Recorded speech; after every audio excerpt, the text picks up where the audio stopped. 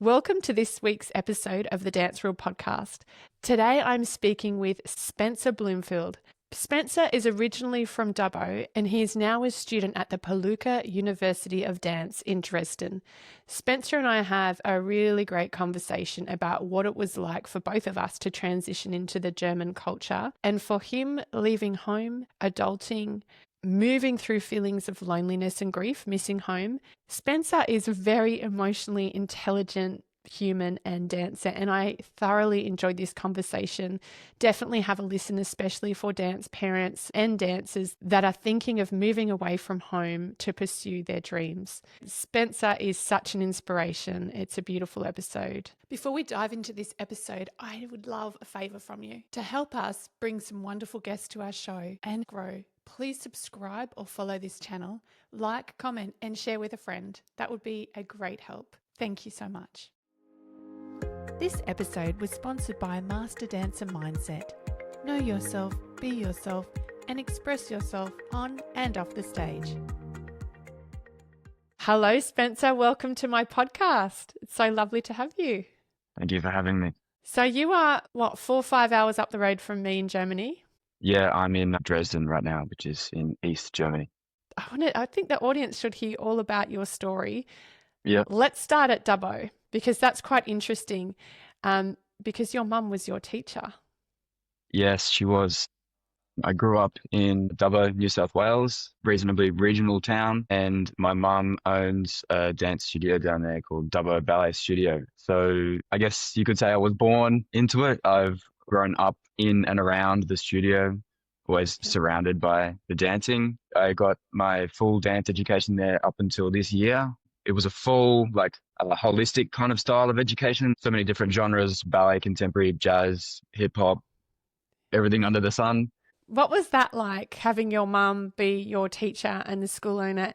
I think it was a really positive experience overall. I found it was really good to have a parent that I can connect to and that fully understands everything that we're doing and that I'm learning. So being able to have the conversation with mum at home about something at dance, or just to have sort of a concept of what I'm even talking about, or what even a tondu is, what is a plie. She fully understands all of that. And it was a really good sort of connection that I could build with mum in and out of the studio. I think I kind of saw it as we sort of had a reasonably professional relationship in the studio. Of course, she was my mum, but primarily in this moment in time, she was my teacher, and I was focusing on the class. And I really didn't want, and I don't think she really wanted either, that I had any differences to any other student or any specialties to any other student. It was very focused in that we're here to do a job. This is what I want to do. This is what she wants to do. The mother and son relationship continues at home. Oh, beautiful. That sounds really healthy and sustainable. And Yeah. so you felt held in that at home as well. Were you able to have time away from dance mentally and have other interests at home with your mum without it being all about dance? Yeah, 100%. I think that sort of relationship about being in the studio and having that more professional relationship really allowed for us to both turn it off at home. So it was a really good focus when we were in that building, which could easily be turned off. I remember one of my favorite parts of my day was coming home late at night after dance, and it was me, mum, and my siblings in the car, and we wouldn't talk about dance. We'd just talk about everything that happened at school. How many siblings do you have? I have a younger sister and a younger brother, and they both dance. They both dance, yeah. Yeah. Oh, wonderful. And how's your relationship with them with regard to home life and dance and managing, if any, rivalry? How does that all work? Yeah, so this one, I guess, is a bit different. My sister I think she's 18 months younger than me. So we were always going through the same kind of stuff at dance, whereas my brother is 4 years younger than me. So he's a little bit behind me. So I really had that in dance relationship with my sister as well. We were team members, we were peers. Of course, having a sister in that studio, especially when I was younger, there were a few moments of tension and rivalry, but overall, I think it was really good to have someone who fully understood me as well from an outside perspective in the classroom. I think we're reasonably similar in focused ways. She understands how I work in the classroom. I understand how she works in the classroom. So, yeah, it was really good. I really enjoyed having my sister as a classmate. Oh, that's beautiful. Yeah.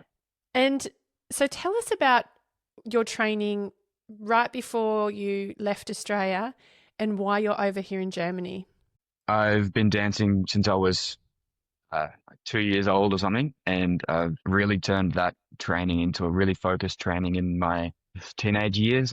It was really a dream that I understood could be possible once I got a little bit older, and I really wanted to dive deeper into that. So I really focused in on ballet and contemporary training at home, and I really fell in love with sort of equally. And that's what I was really looking for in my external training after Dubbo. So I started to look overseas because I was really keen to have an education that was kind of 50-50 in ballet and contemporary. I Mm, get to have the modern movement style and the creative approach in contemporary, but also maintain my classical technique. And looking at the opportunities in Australia, there are really good opportunities for contemporary and there are really good opportunities for ballet. But I struggled to find that sort of 50-50 relationship. So yeah, when I was home, I dived in and worked as hard as I could yeah, in both of the things. And because Dubbo is reasonably regional, I had to take opportunities like workshops and auditions and things like that to see what was out there, to research, to discover what I liked and what I didn't like. So then I ended up auditioning for the Brisbane International Contemporary Dance Prix, yeah, which took place last year. And that's where I found Palucca, which actually has that 50-50 ballet and contemporary training. So I was lucky enough to get a 2-week trial for the school, which I graciously took. And the rest is sort of history. So let's talk about your transition over here. I'd love to know if you were homesick, how you transitioned, because I'm assuming this was the first time you moved out of home. Yeah, yeah. So, It's what a does adulting look like in another country? um yeah, it's a big deal. Um Especially it sort of came a little bit quickly as well. If you told me 18 months ago that I'd be living in Germany, I wouldn't believe you. Yeah. So yeah, it is really difficult at times being in a country that doesn't speak English. I mean, everyone speaks English, but it's not the first language. Mm, Being in a country where the culture is just completely different. It's winter time for Christmas and not yeah. summertime. Just everything is, it's literally the other side of the world. And I found that to be quite challenging when I first moved, just having the little things that I didn't realize connected me to home all of a sudden gone. Yeah. Like I really loved Australian nature and the Australian wildlife, which is gone here, of course, being in a big city, but also Yeah. being on the other side of the world. You know, just little things like that that you just realize, wow, I'm not at home anymore. How's your German going? It's all right. We do a weekly German class Oh, yeah. at Palucca, Do you and know I've what also level got you're at? oh, What you would be like A1, 2, A1 B? or two, surely. I did 6 months and I got to A2 and I quit. But I was doing about 14 hours a week of face to face time. And then there was Yeah, lots of home study and it was intense. And then I got too busy with judging work and everything. For me, I had a high expectation that I was going to like be able to speak fluently in a yeah, year and a half. And it's then me too. I had to actually give myself permission to just realize that is an unrealistic expectation Hmm. and that it's okay. And as soon as I did that, just sort of relaxed into being here and realizing. But it took me a while to realize, oh no, there are some people that do speak English, but they're quite shy with their English. They're not really confident, like I'm Yeah, not confident with my German. And so I found for me a little bit of lack of being able to make those deeper connections with people here because of the language barrier. But I did mm, find a couple of English speaking friends. It took a little while. On that level, are there English speaking friends in university degree? Yeah.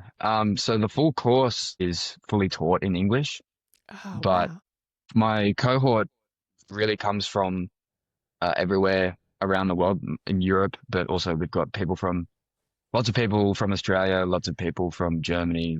We've got Japan, Czechia, Yeah. Romania, from all over. So everyone's sort of the universal language is English. So it's really good to still Yeah. be able to communicate with people. But I really agree with you on that. People are very shy with their English skills, even though they say, "Oh, my English isn't very good," but then they just have the most beautiful vocabulary. Like it's unbelievable. So I did struggle for a while, especially in those earlier months, to try and build that deeper connection with people. Mm.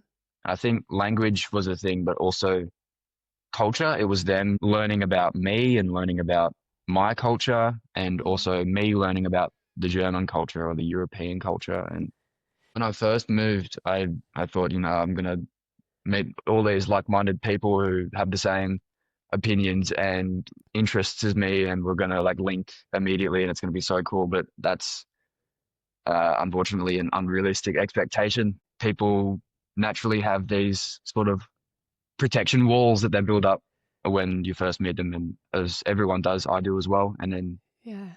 it just only takes time for those to break down. And have you found more directly asking aspects of the German people when you are new can come across as reserved?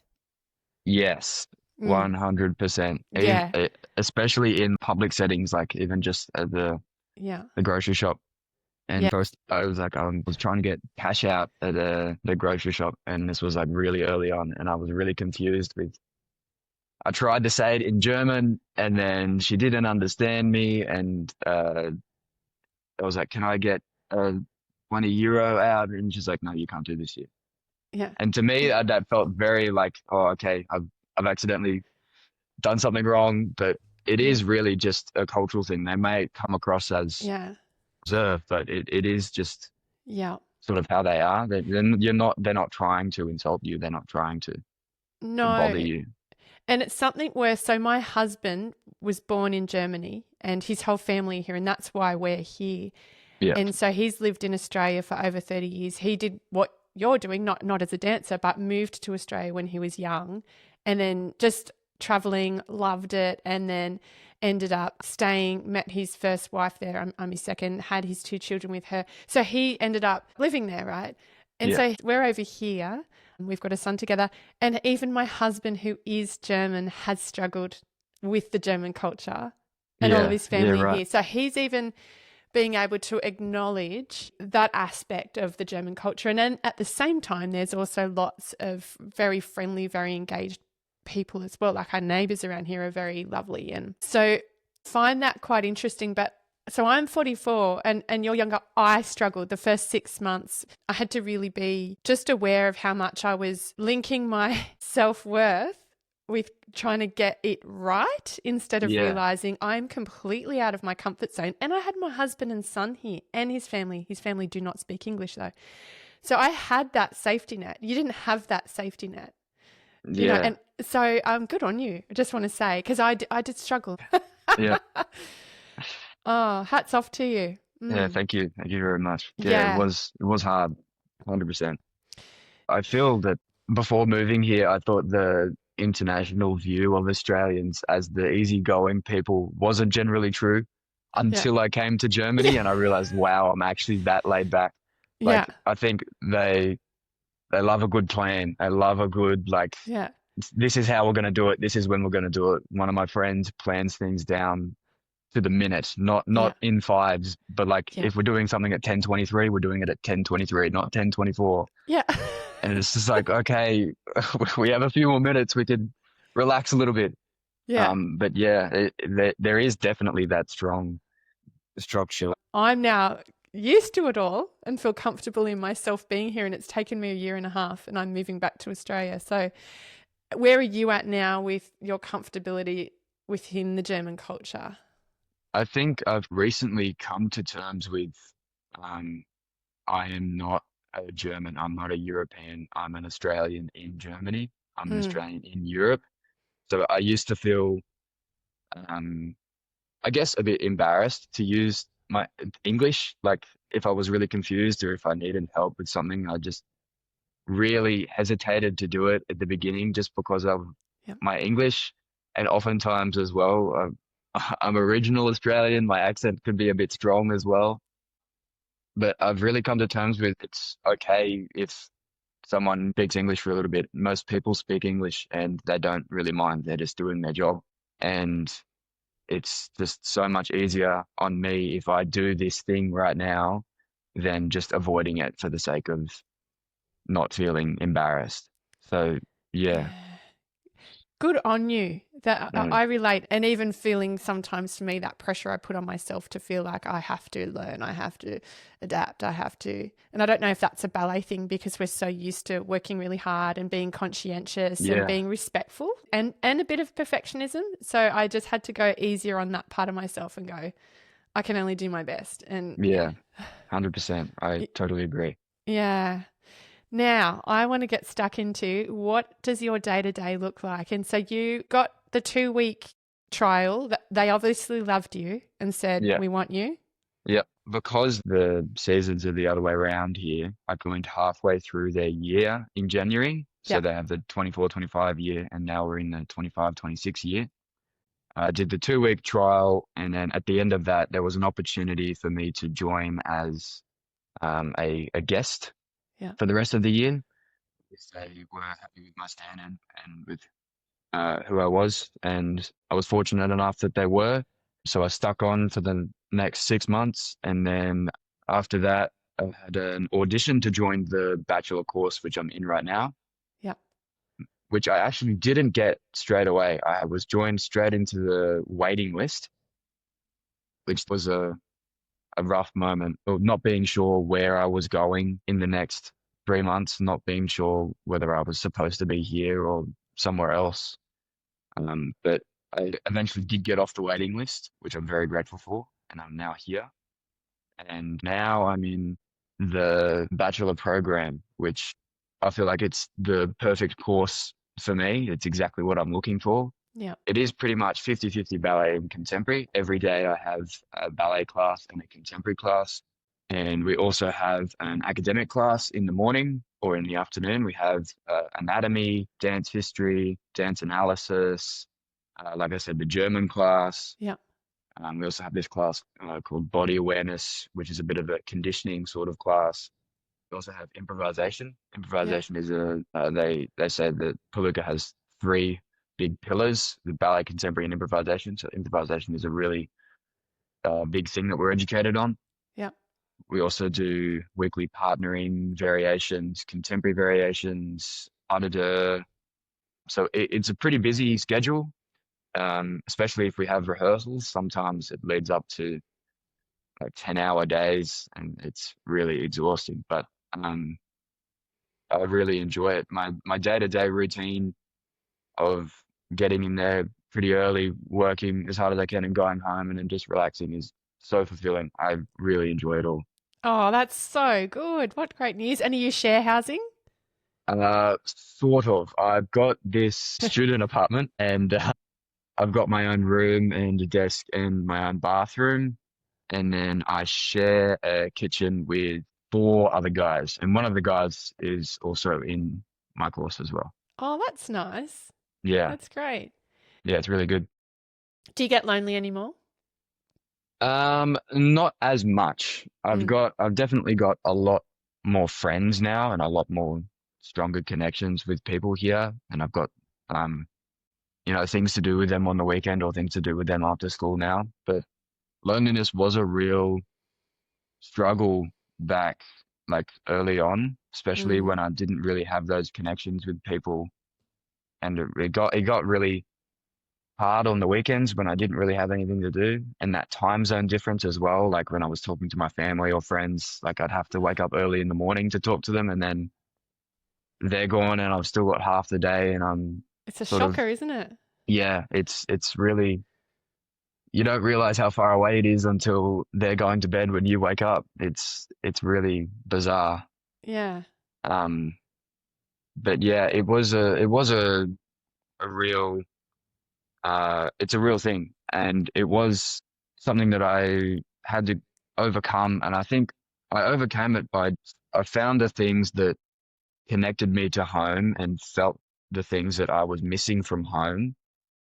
And I understood that and I let myself feel that for a little bit because it's one thing to fully push away the things that you're missing, but it's also another thing to fully just embrace it. Yes. And so once I understood that I was sort of grieving home and missing these things, that's when I could really start to move on with it, not no longer miss these things, but grow with them instead. So I Mm. understand that I'm here now.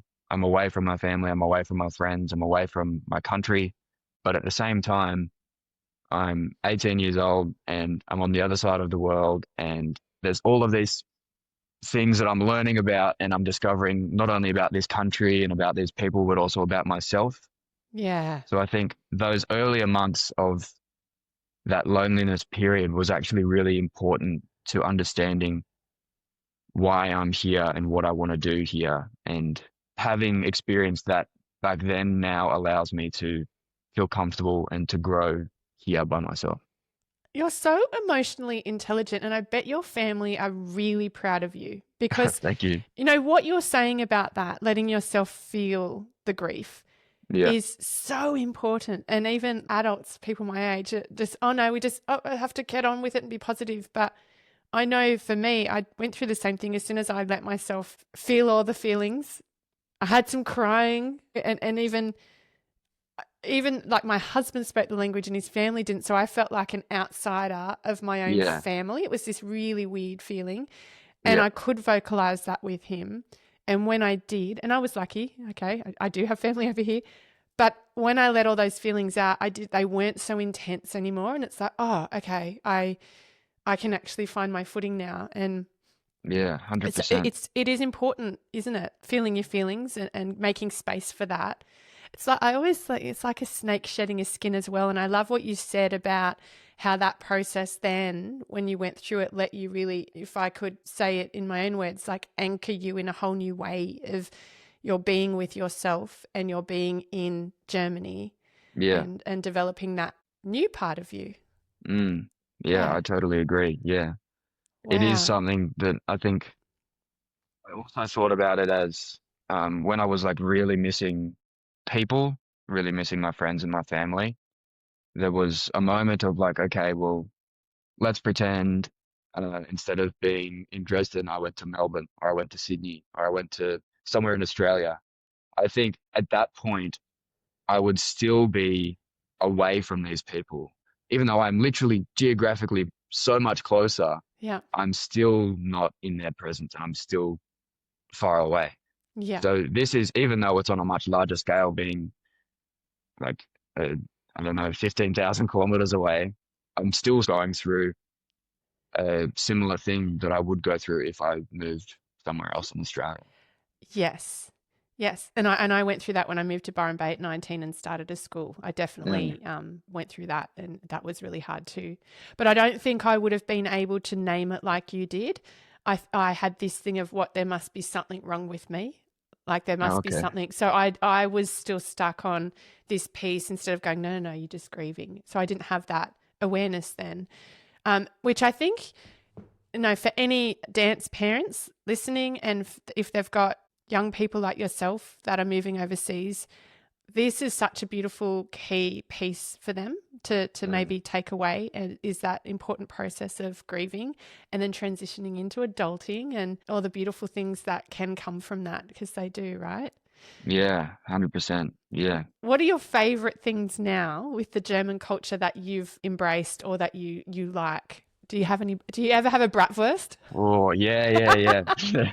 They're so good. In the Yeah. Christmas markets now, oh, it's so good. It's so nice having like a those warm toasted sugary nuts are so good. Yes. Um, I've got some pretty close German friends who take me around and just show me some stuff and just introduce me to that culture. I love the but of course, this is me being a bit of a dancer, but it's also me just being an arts advocate and interested in arts. I love the culture of arts here. Yeah. It is really, of course, on a government level, but also on a cultural level as well. It is so respected and so admired by everybody. If you go to the ballet here, there's everyone is like sitting there and just so involved. And, there's people, it's not like, oh, I'm going to the ballet for the first time. It's, we are going to the ballet. We're watching the ballet. Yeah. This is something that we're into. This is what us as Germans do, it is. And that's, of course, the same with the opera. And I think it's also a part of having such a beautiful old city and an old culture here as well. That there's Yeah. that respect for these fine, nice bits of entertainment as well. I love that they have a market for every season. I love that they have, So cool. yeah, like just so they celebrate pretty much anything. And there's a Yeah. public holiday every second week, it feels I like. know. Feiertag. Yeah. Yeah. So there's so many things that like once I've gotten comfortable here and I can throw here, there's so many things that are just like, oh, we don't have that back home. And that's actually quite like that. And then there's nothing open on Sundays here, which is still a bit of a struggle. It's still weird. Yeah. But there is something nice about like everyone just saying, okay, Sunday is the resting day. Yeah. I totally Yeah. struggled with that, and now I've surrendered to it thinking, no, this is good. This is beautiful. Yeah. Yeah. Yeah, I agree. Oh, wow. Yeah, my favorite things are I've now have every Saturday we go to and after I film this with you, I'm going to the markets Yeah. and I have a Kummelwurst mit Yeah. Senf. That's Nice. mustard sauce for you Aussies out there. And they just have this little piece of bread on it. And Mm, I love it. And so I'm now, because we go back to Australia. What can I soak up now? And feeling really mm. grateful for the German culture and realizing things I didn't appreciate, I'm now really appreciating. And I have to say that the chemist, do you know what that is? The It's like, chemist. The, I don't know if I'm saying it right. The chemist. It's like the show, like the fair with all the rides and everything. yeah, yeah, They yeah, yeah. call it a chemist. So they've got lots of them on before Christmas. I don't know if they've Yeah. had any near you, but I just Yeah, make yeah, a yeah. joke to because my son, he's 5, he speaks fluent German. So I just, and me being smart, um, I just say, we're going to go to the doctor now. We go to the chemist, like, because it's chemist. Yeah, yeah, yeah. And he just laughs, ah, Mum, you're so silly. Do you think you could live here permanently? I think I think I maybe could. Yeah, I don't know yeah, because there's still a part of me that really misses home, of course, and yeah. really loves the Australian culture. But at the same time, I think I've proved to myself that I am so much more adaptable than I originally thought I was. I'm so much more eager to sort of jump in the deep end than I thought I was. So That's I think great. if I really wanted to, then I think I could like live here permanently. Yeah. But yeah, it's less. I guess it's less of a thought of whether I can, more of a thought of whether I want to. Have you met any other Australians here? Yeah, there's quite a few Australians at Palucca, which is really cool. I think there's more Australians than there are Germans here. Yeah, right. Gee, that's Um, great. yeah, so it's really good having in my year there's 4 Australians and there's a few in the upper years above me, and there's quite a few uh, alumni of Palucca as well who are Australian. And I think that's honestly what drew me to it as well. Like I knew of some of the people who were currently dancing at Palucca before coming here, knowing that they were Australian, Yeah. and that is a really nice thing to just hear that accent as well when you're not Yeah. expecting it. Sometimes I was in Berlin um, in April, and we were walking in the train station, and I hear a guy talking behind me, and he's Australian, and I talked to my Japanese man. I was like, "That guy's Australian," and he was like really trying to focus in on the accent, and then he walks past with his R.M. William boots, and just like fully like, Did you say anything to him? no, he couldn't. It was on the phone, or Yeah. it was a bit loud to be honest. So it was a Yeah. bit, but yeah, it is really nice to just suddenly hear that Oh. Australian accent. It's such a like a comforting feeling. It's so I've met one Australian here in Detmold, and she Yeah. became my friend. And funnily enough, she's from the Northern Rivers where I live, but she's Really? been Yeah, living right. over here for 20 years, and that's been nice. I met her only this year, and we've caught Mm. up a few times. And so when I first met her, I was just gave her a massive hug. It was just like Yeah. this, I don't know, part of this home connection, and yeah, it was Yeah, really yeah, yeah. special. It Mm. feels the same as like landing back in a Sydney airport or something and just hearing the Qantas lady say, and if you're coming home, welcome home. It's that comforting feeling to, but you're also going through this. You're also living my experience as well. Yeah, it's really cool. Yeah, it's so exciting.